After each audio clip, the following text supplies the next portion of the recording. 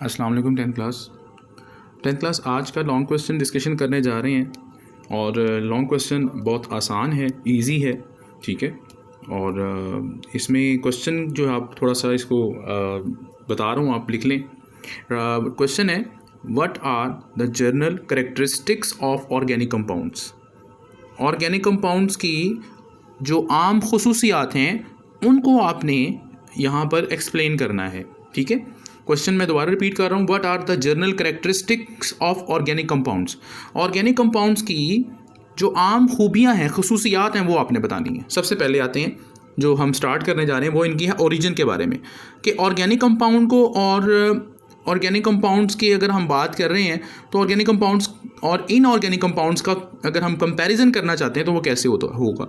सबसे पहले अगर हम बात करें ओरिजिन की, यानी इनकी जो बेस है या जहाँ सोर्स है इनका ऑर्गेनिक कंपाउंड्स का, वो क्या है।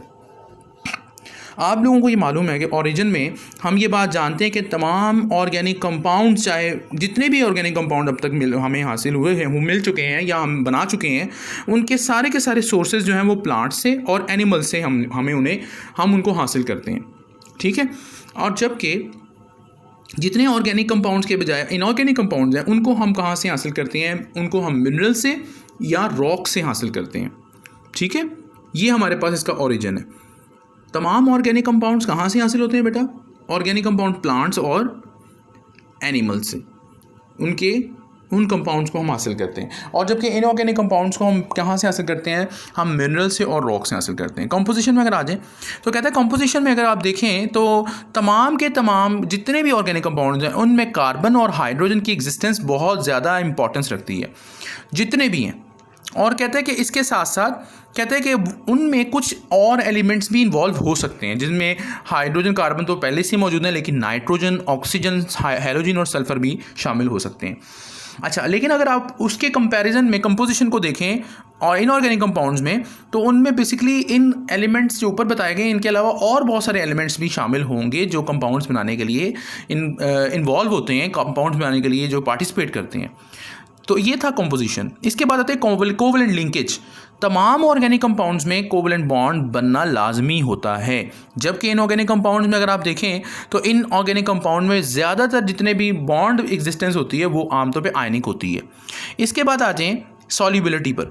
तमाम के तमाम ऑर्गेनिक कंपाउंड्स वो सॉल्युबल होते हैं। कहाँ? कहते हैं तमाम के तमाम organic compounds non polar solutes में, तमाम के तमाम ऑर्गेनिक कंपाउंड तमाम नॉन पोलर सॉल्वेंट में डिसॉल्व होते हैं, ठीक हो गया। और वो तमाम के तमाम नॉन पोलर सॉल्वेंट में अल्कोहल है, ईथर है, बेंजीन है, कार्बन डाइसल्फाइड है, ये सारे के सारे सॉल्युबल होते हैं। इसके अलावा कहते हैं जितने इनऑर्गेनिक कंपाउंड्स होते हैं वो कहते हैं आमतौर पर पोलर सॉल्वेंट में डिसॉल्व होते हैं, जैसे पानी है, ठीक हो गया। इसके बाद आते हैं इलेक्ट्रिकल कंडक्टिविटी।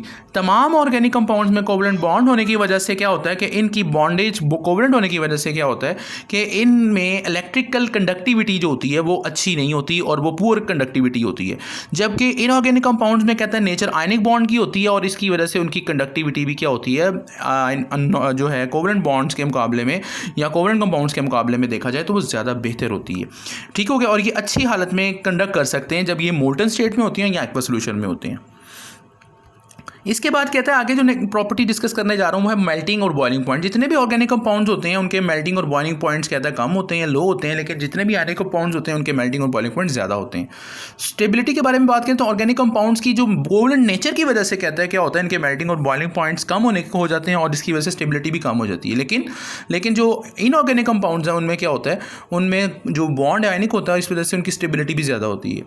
इसके बाद आता है कंबस्टिबिलिटी कहते हैं जलने का अमल। कहते हैं ऑर्गेनिक कंपाउंड जितने भी होते हैं उनमें कार्बन की परसेंटेज ज़्यादा होती है, इसलिए वो सब के सब कंबस्टाइल हैं, नेचर है उनकी। कंबस्टन का मतलब जो चीज़ जल जाती है, लेकिन इनऑर्गेनिक कंपाउंड में ये प्रॉपर्टी हमें नज़र नहीं आती।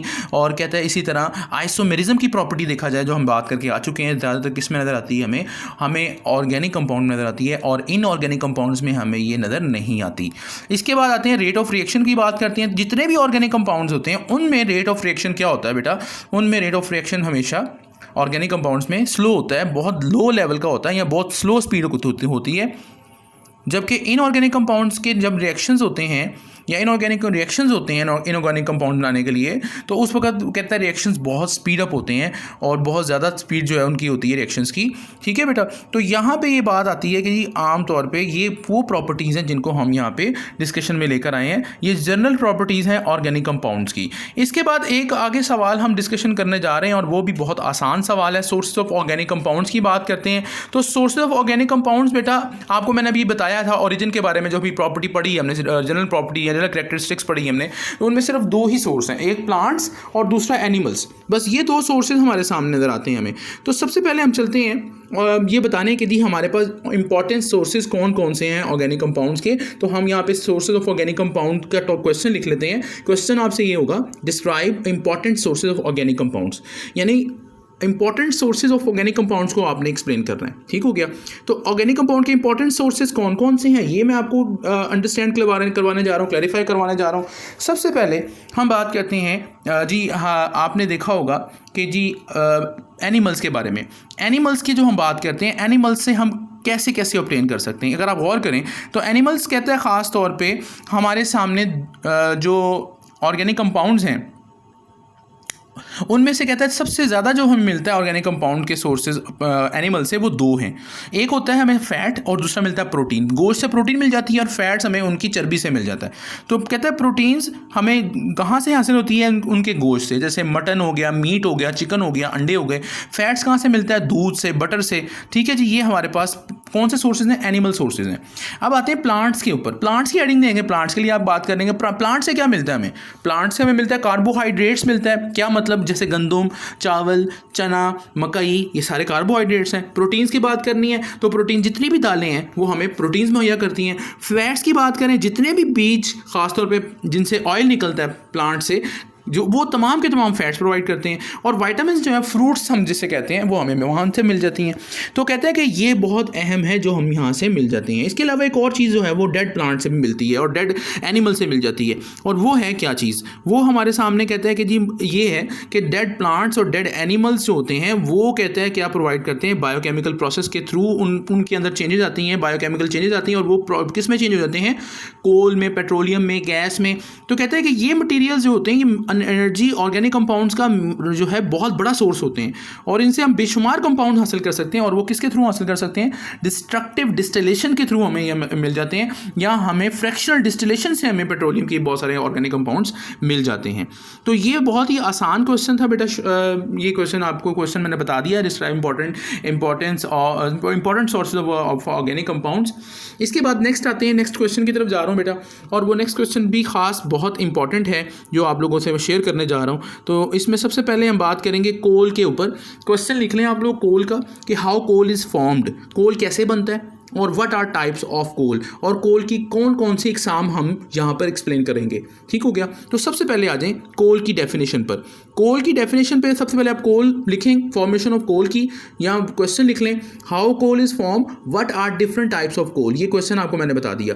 अब आते हैं इसकी डेफिनेशन। ये है, कहता है कोल क्या होता है, कोल कहते हैं ब्लैकिश, ब्लैकिश का मतलब जो बहुत ज़्यादा स्याह हो, और कम्प्लेक्स कहते हैं बहुत पेचीदा मिक्सचर हो। किसका, कहते हैं of compounds of carbon, hydrogen, ठीक है, हाइड्रोजन के बाद ऑक्सीजन, ठीक है, और कहते हैं ये इसके साथ साथ और बहुत सारे अमाउंट्स रखता है दूसरे एलिमेंट्स की या दूसरे कंपाउंड्स की, जिनमें नाइट्रोजन भी शामिल है और सल्फर भी शामिल है। तो ये डेफिनेशन आपको मैंने बता दी कि coal is a blackish complex mixture of compound of carbon, hydrogen and oxygen, and it also consist small amount of other compounds, ठीक है, consist of small amounts of other compound like nitrogen, oxygen, nitrogen, sulphur, ठीक है। इसके अलावा ये nitrogen sulphur के compounds भी रखता है।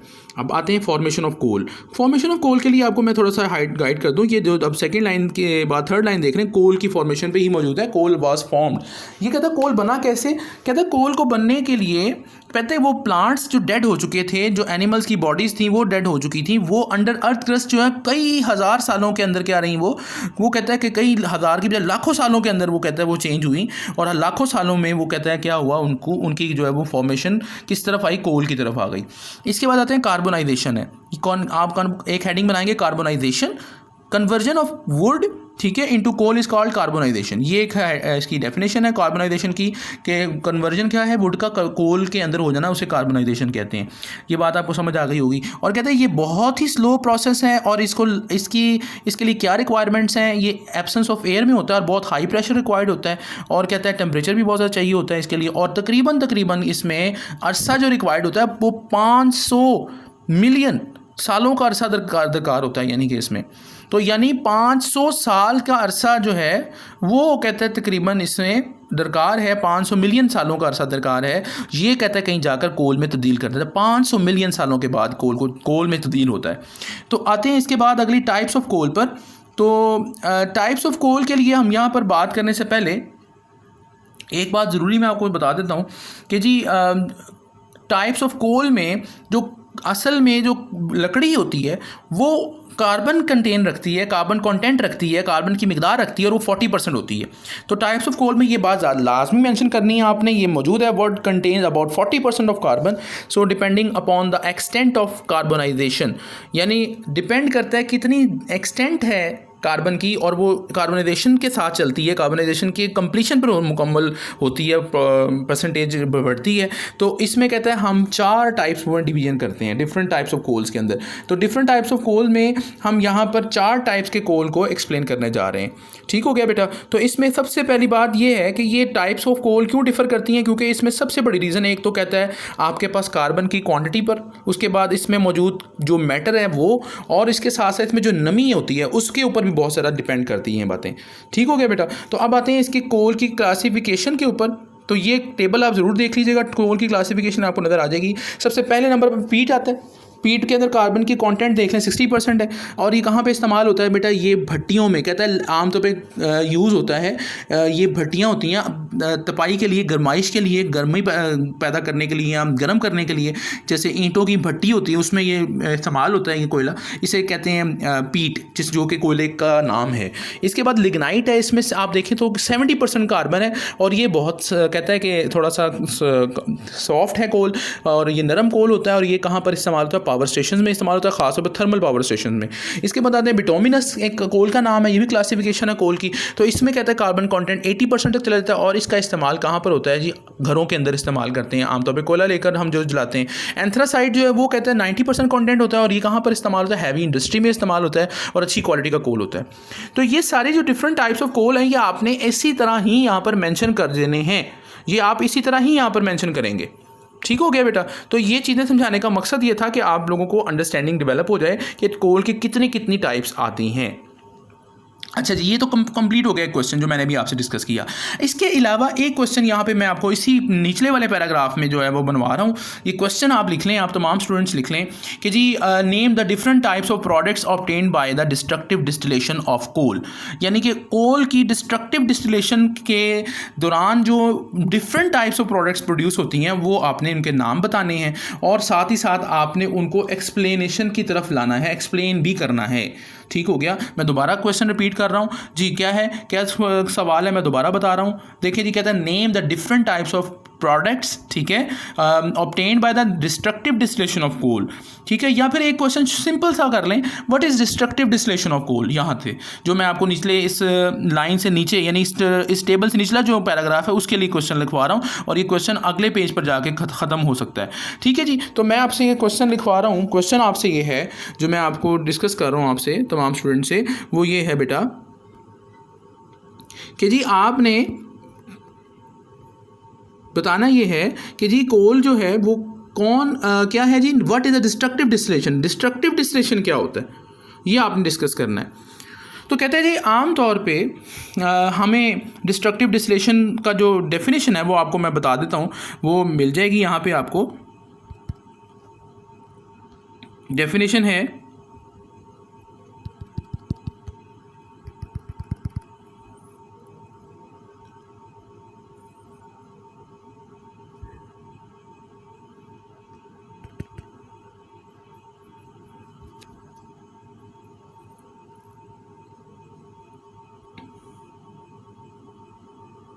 ये देखिए, the strong heating of coal in the absence of air is called destructive distillation. ठीक है, कोल को बगैर कहते हैं कि जी आप हीट करें और उसके साथ एब्सेंस ऑफ एयर यानी कि बग़ैर हवा की प्रेजेंस के आप गर्म कर रहे हैं, तो ऐसे के प्रोसेस को क्या कहते हैं? हम कहते हैं डिस्ट्रक्टिव डिस्टिलेशन कहते हैं। क्या कहते हैं इसको? हम डिस्ट्रक्टिव डिस्टिलेशन कहते हैं। तो हमें कार्बन कोल की जो कंपोजिशन है वो मालूम है, किससे मिलकर बना हुआ है। कोल में कौन कौन से एलिमेंट्स हैं?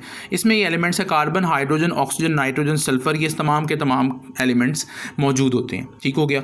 अच्छा जी, अब आते हैं कि जी वो प्रोडक्ट्स जो डिस्ट्रक्टिव डिस्टिलेशन से पैदा होती हैं। सबसे पहले आते हैं कोल गैस की तरफ। चलें, इस क्वेश्चन को हम नेक्स्ट लेक्चर में स्टार्ट कर लेंगे। आज के लिए सिर्फ आप इतना ही कर लें, ये थोड़ा लेंथी हो जाएगा लेक्चर। आज के लिए सिर्फ लेक्चर को यहीं तक आप ख़त्म करें। जो हमने टाइप्स ऑफ कोल डिस्कस किया है वो हम डिस्कस आज यहाँ तक करेंगे। कल नेक्स्ट लेक्चर में मीन्स मैं आपको डिस्ट्रक्टिव डिस्टिलेशन पे टॉपिक पे मज़ीद क्लियर करवा दूँगा। ठीक है, अस्सलाम वालेकुम।